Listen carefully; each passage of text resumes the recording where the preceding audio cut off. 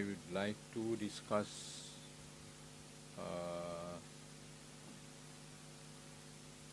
something related to meditation. Uh,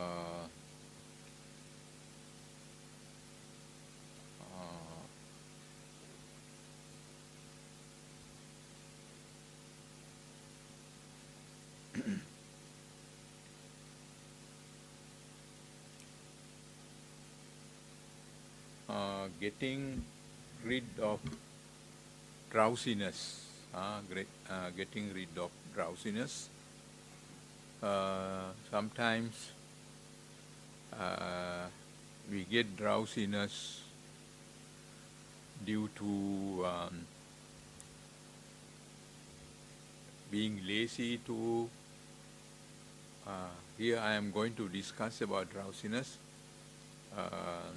in relation to meditation. Not about other occasions or other when we are doing other things also drowsiness may come, but drowsiness is one of the hindrances for a meditator, quite clear. If we practice 5 minutes, 10 minutes, we may not face this problem, but if we want to practice longer, drowsiness can be a clear distraction or hindrance. It comes as a result of being tired, being lazy, and as a result of getting bored also. There are many reasons. Meditation, I always used to say, can be boring for many people. It is very important for us to develop some kind of liking, a kind of interest towards meditation. Without that, achieving progress is very difficult because we get bored. As a result of that, we get drowsiness. If the drowsiness is very clear, we can know, we can deal with it. Sometimes semi-drowsiness, even we do not know we are feeling drowsy. A bit sleepiness, then we find difficult to practice meditation. If it is very, very serious, that means really feeling sleepy and have something like have to nod the head to one side, then we know drowsiness is very clear, then we can do something. But semi-drowsiness disturb our attention, disturb our practice, but we are not so much aware of that hindrance. So the strange thing is, this is not only for ordinary meditators. We can find a discourse, short discourse in Anguttara Nikaya. You may not believe also. Venerable Moggallana. You have heard about Venerable Moggallana, Buddha's second chief disciples. The Buddha had two chief disciples. Number one is Venerable Sariputta. Number two is Venerable Moggallana. He also sometimes had become a victim of drowsiness when he was practicing meditation. I know you may have a question because you all know Venerable Moggallana is an enlightened monk, Arahant. how can enlightened monk get drowsy, have drowsiness? Because we have learned to think if somebody is an arahant or enlightened, he is free from everything. It is not really. Arahants, the enlightened monks, are free from defilements, but not from everything.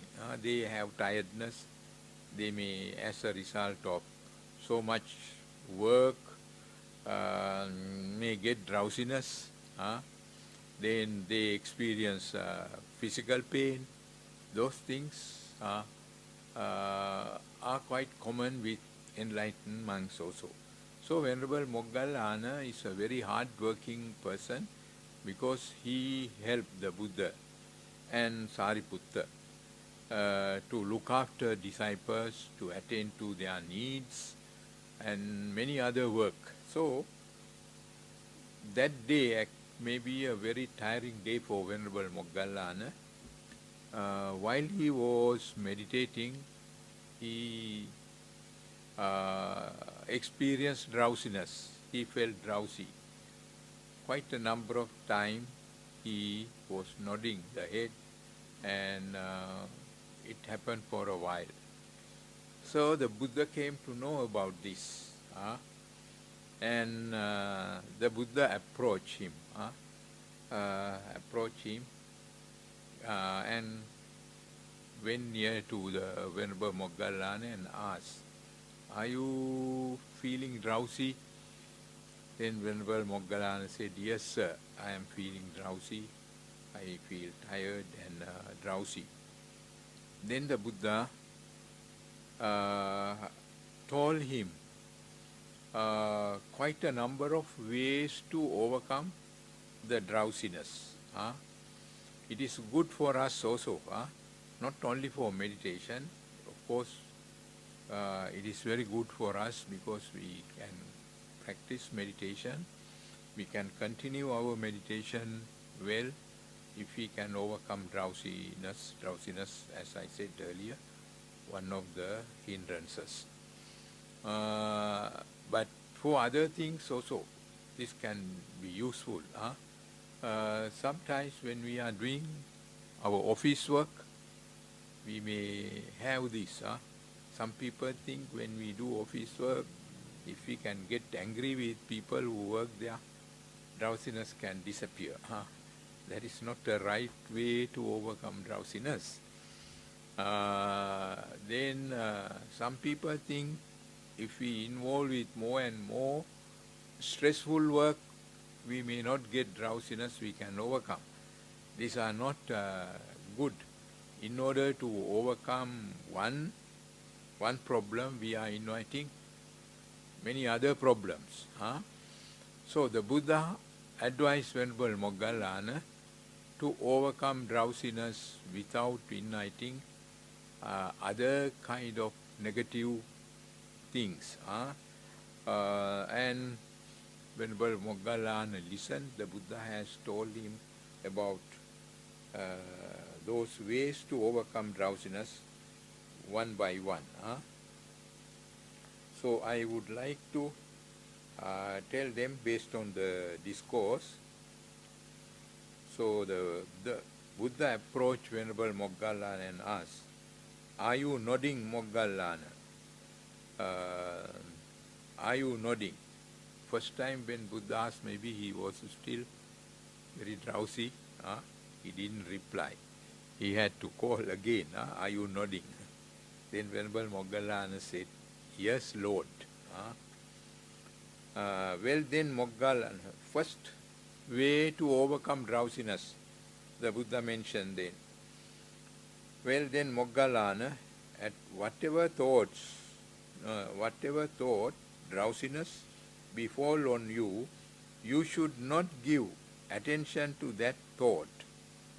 Then by doing so, it is possible that your drowsiness will vanish. We can understand it in this way. What the Buddha said is, while you are meditating, if not while you are doing something which is very essential, very important for you, as a due result of something, as I said earlier, tiredness or too much work, you may experience drowsiness. Then, even while you are listening to Dhamma, here you may not get it because I don't talk very long. But usually in traditional countries, sermons are very long, very, very long. Whether you listen or not, monk starts the sermon and go on and on, 2 hours, 3 hours. Now listen, but when we were young, we used to see, I can't say I listened. That time I didn't listen to sermons. Very young. Sermons were very long. But the monks had some kind of ways to overcome people's drowsiness when they were giving long sermons. But that may not work today.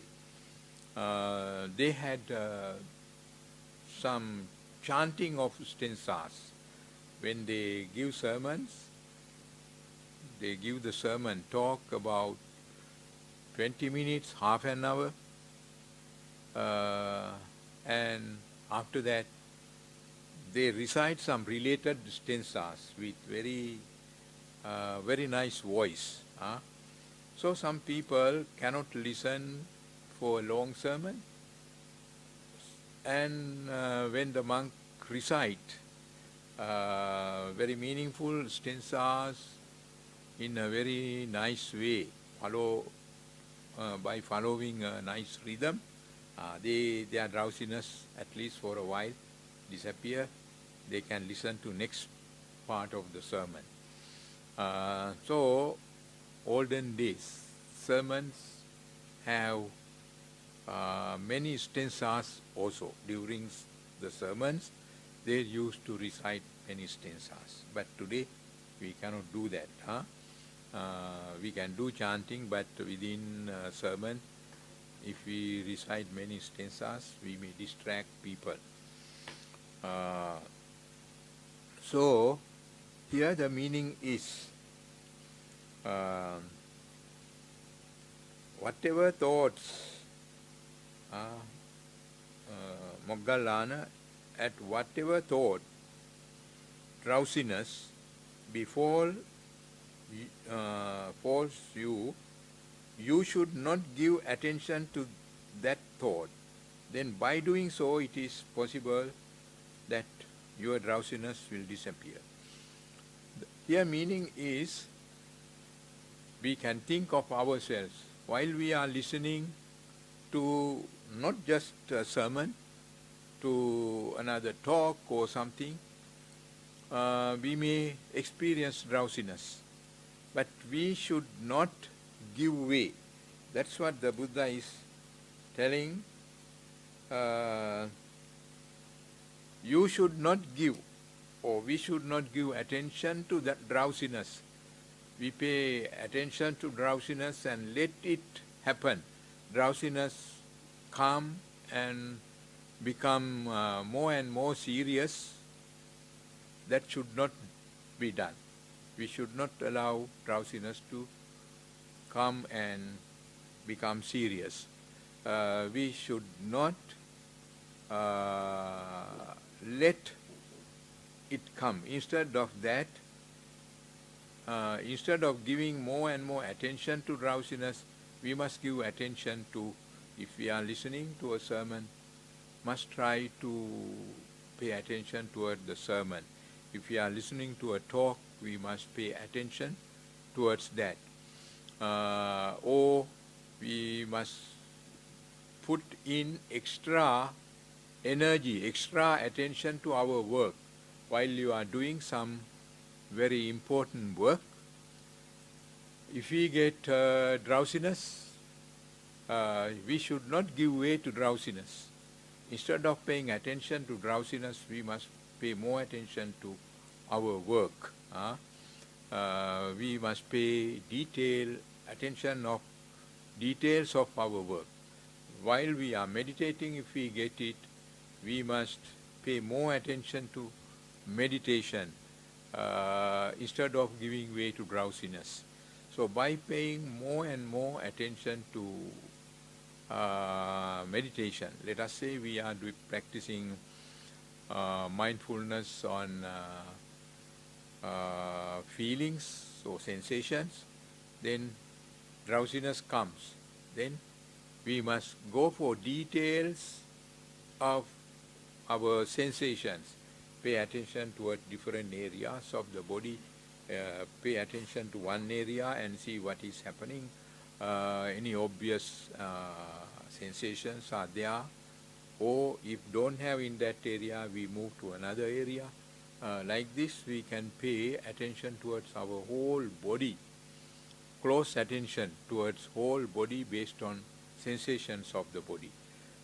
So when we increase the degree of our attention, drowsiness get less opportunity to be stronger and stronger. But if we give way, drowsiness will become very dominant and we cannot practice meditation.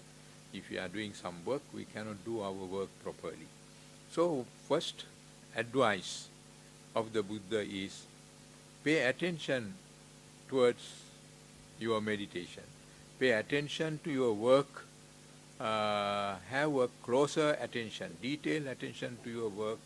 Don't give attention to drowsiness. So that is one of the advice. Then the second one. But if by doing so your drowsiness does not vanish, then you should ponder the Dhamma as you have learned it and mastered it. You should examine it and investigate it closely in your mind. Then by doing so, it is possible that your drowsiness will vanish. So here the Buddha has asked another way to move away from drowsiness. We have some Dhamma knowledge, we have learned Dhamma. So we can pay more attention if we are meditating, what we have learned about the meditation based on the Dhamma. So we pay more attention towards what we have learned as the Dhamma, and it developed to a closer attention. Importance of practicing the Dhamma, pay attention towards importance of the practicing the Dhamma. Then based on the Dhamma we can think how the Dhamma can help to improve our mind, mental discipline, and what do we gain as a result of mental discipline? What can we keep away from our mind as a result of mental discipline? How it is possible to overcome negative defilements as a result of mental development? Thinking all these things, instead of drowsiness become dominant in our mind and the body, we make our attention towards the Dhamma and allow Dhamma to dominant in our mind. So that is another way. Pay more attention towards the Dhamma and importance of the Dhamma, importance of mental development, what can we achieve, what can we gain as a result of mental development. Then the Buddha did not stop there. He went on to say a third way to overcome drowsiness. But if by doing so your drowsiness does not vanish, then you should recite in detail the Dhamma as you have learned it and mastered it. Then by doing so, it is possible that your drowsiness will vanish. You can recite what you have learned. Of course, if you are doing group meditation and you get some drowsiness, you cannot recite loudly. Then still you can recite quietly. Quietly you can recite what you have learned. Good results of meditation, good results of practicing the Dhamma.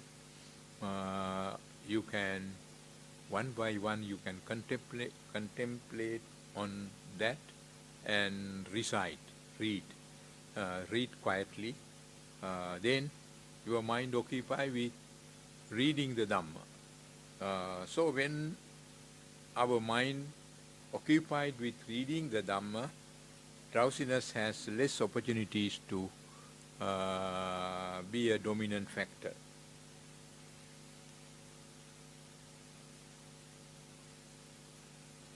Then the fourth way, drowsiness is in this sutra. When we read this sutra, we can see drowsiness is not so simple as we think. Although we try different ways, it may come again and again. But if we are interested in meditation, development of mind, we should not give way. We must try all the possible ways to deal with it. But if by doing so drowsiness does not vanish, then you should pull both ear lobes. What is ear lobes? Here. So you can do little bit of physical punishment. It is actually not a punishment. You should not do very hard way, very harsh way. We do little bit, and you can rub. Your face. For a while, you can massage a bit of your neck area. Then you can overcome drowsiness. Actually, I think some of you practice yoga meditation. I always tell people, unfortunately I cannot follow these now, tell people, if you want to be a regular meditator and achieve some progress, then you want to do longer time meditation, half an hour, 40 minutes or longer. And if you are interested in going to retreat, that means participate retreats, good to learn at least a bit of yoga, basic yoga practices. So, if you are a yoga practitioner, if you have some experience about yoga practice, you can do little bit of yoga when you feel drowsiness. Or before you start your meditation, you can do some basic yoga practice and overcome drowsiness. The Buddha here did not say anything about yoga. Anyway, I know Buddha was a great master of yoga. There are two types of yoga, the physical yoga and mental aspect of yoga. So Buddha has the knowledge of both, because while he was an ascetic,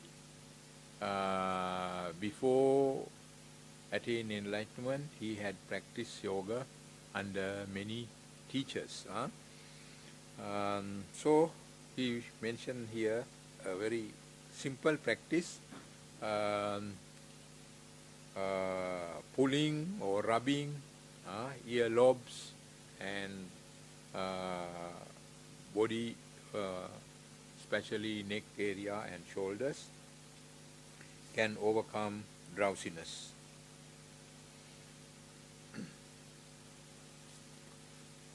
You know, with all these things, what we can learn is very important thing. Buddha warned us not to give up meditation under any circumstances, under any reason.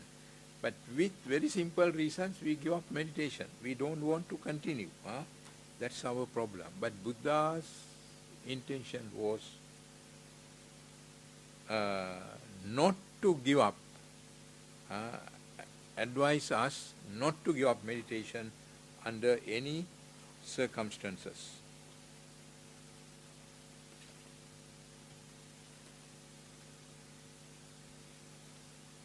Then the fifth one, even if you do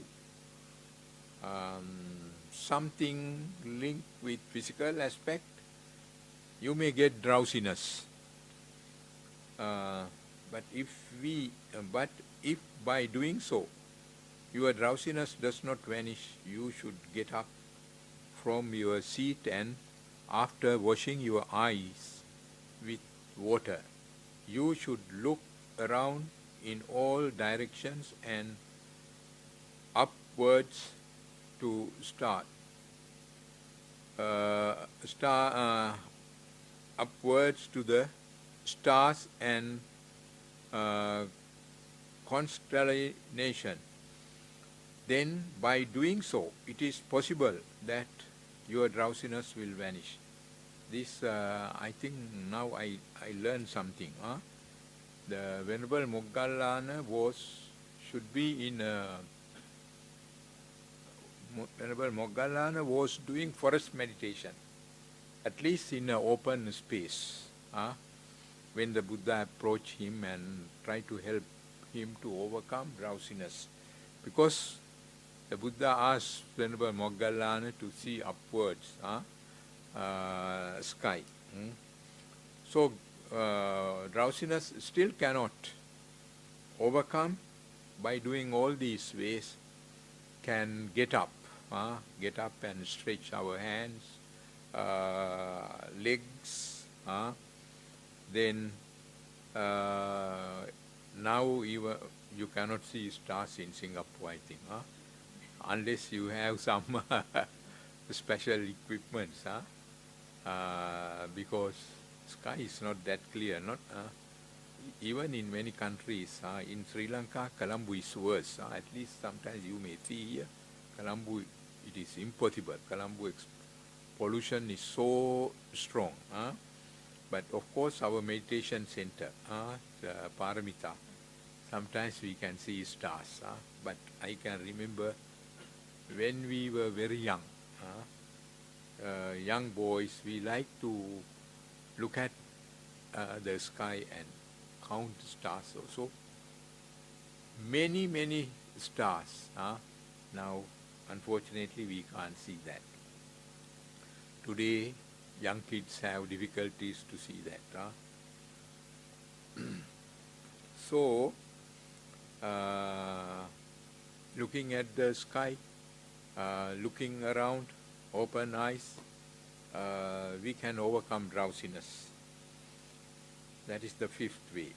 Then the sixth way is, but if by doing so your drowsiness does not vanish, then you should attain to the perception of light.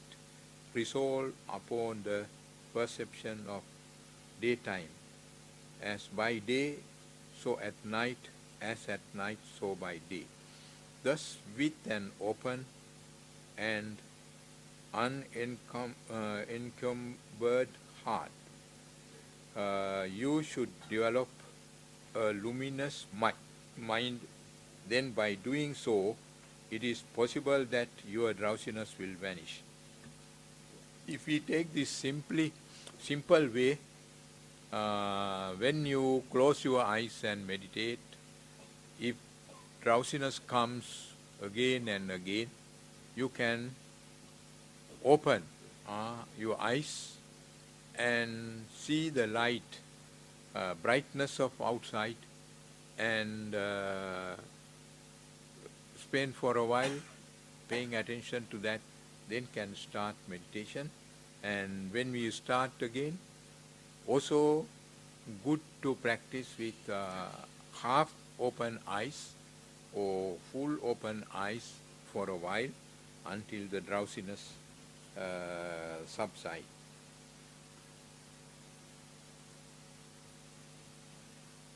So, seventh way, but if by doing so your drowsiness does not vanish, then with your senses turn inward and your mind not staying outward, you should take to walking up and down, being aware of going to and fro. Then by doing so, it is possible that your drowsiness will vanish. So, Buddha, even after trying sixth way also, he did not ask you to give up, because meditation is not something you should give up. Whatever the hindrances come, this is only one hindrance, drowsiness, whatever the hindrances come, you have to find a way to overcome it.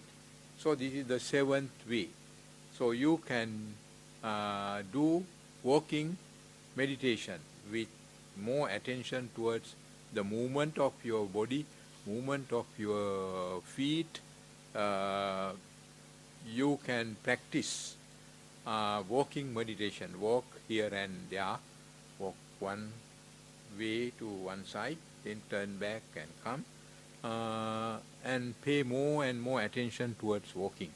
So walking meditation is one of the most effective practice to overcome drowsiness. With all those 6 ways fail, Buddha said, do walking meditation. So these are the ways taught by the Buddha to overcome drowsiness. But these are important not only because of helping for drowsiness. The important is Buddha's intention. He had gone very far, long distance with us to help to overcome drowsiness or laziness or feelings or thoughts related to laziness towards meditation. We try one way, cannot, we can try another way. If we cannot, we try another way. Like that, up to 7 methods to overcome drowsiness Buddha has taught. That shows Buddha had paid so much attention towards that. This is not just a teaching for Venerable Moggallana, teaching for all of us to pay attention towards practicing meditation with extra energy, extra determination. So I would like to stop here. Yes.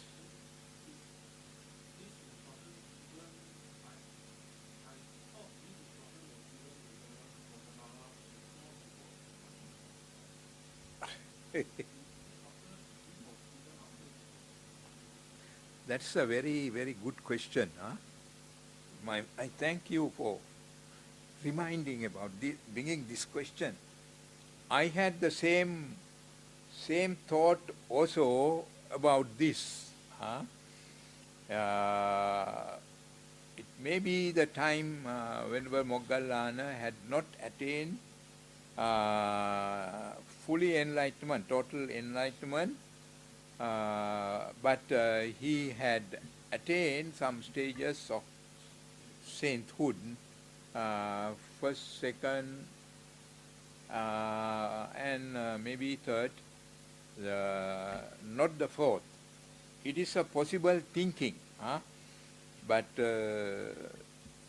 we cannot confirm that, because the text or what do you call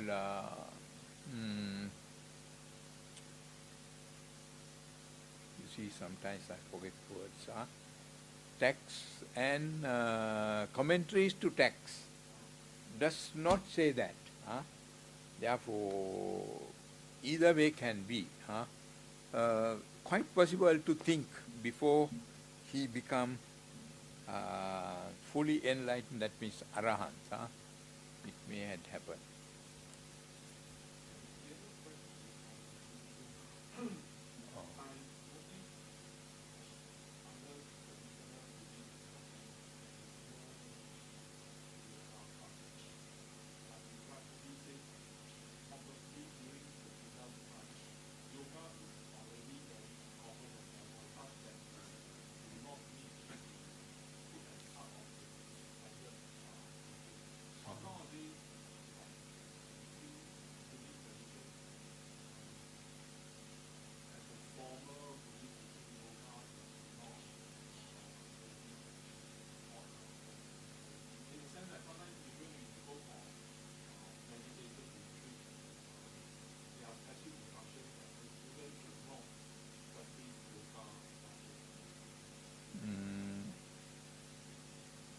Simple yoga, I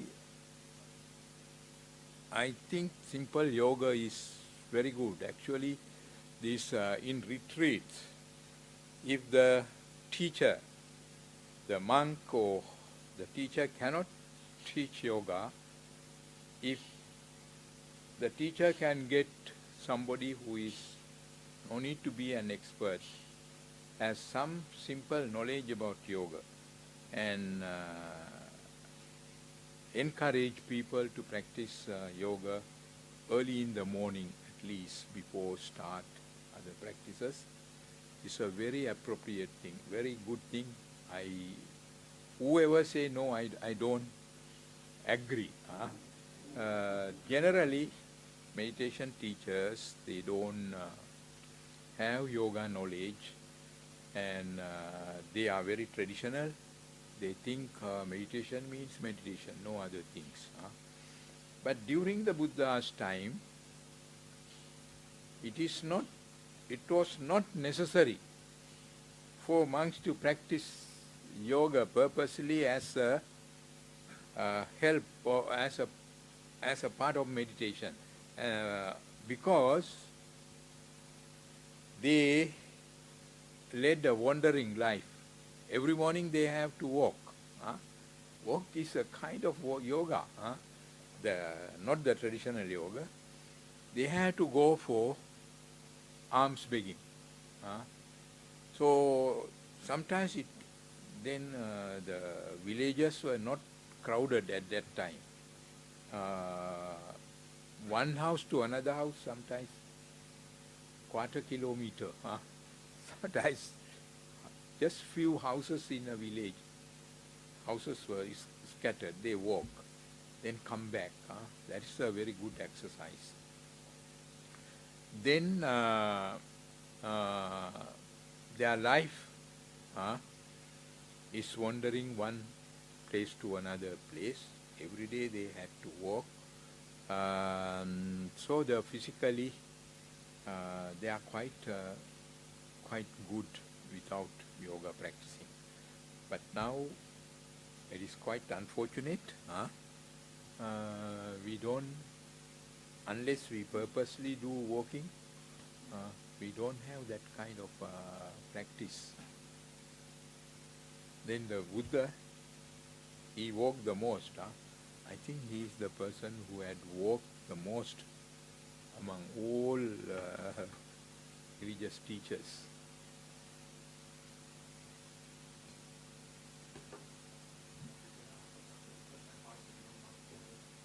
Mm-hmm.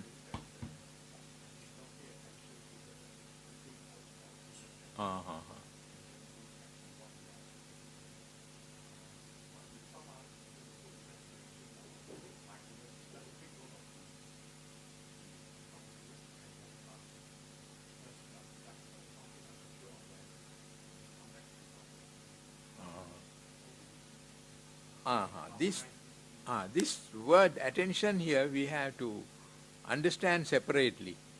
Here attention means actually if I use the word giving way, when, let us say, we get some unpleasant thoughts, we should not give attention to unpleasant thoughts.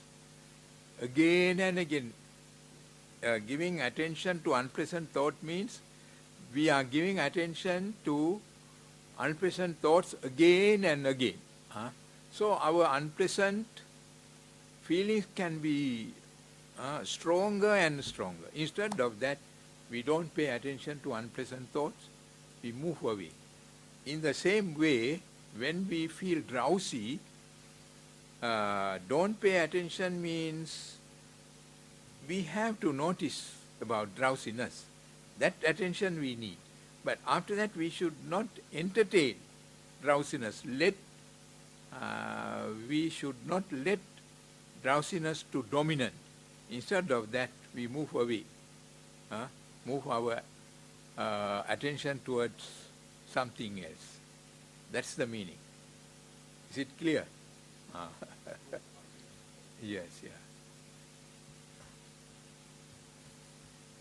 It is similar with other wrong thoughts also. When wrong thoughts come, we need some attention to know it. But after that, you should not go again and again paying attention to it. Then we become like a dreamer of those thoughts. We must move our attention towards other areas.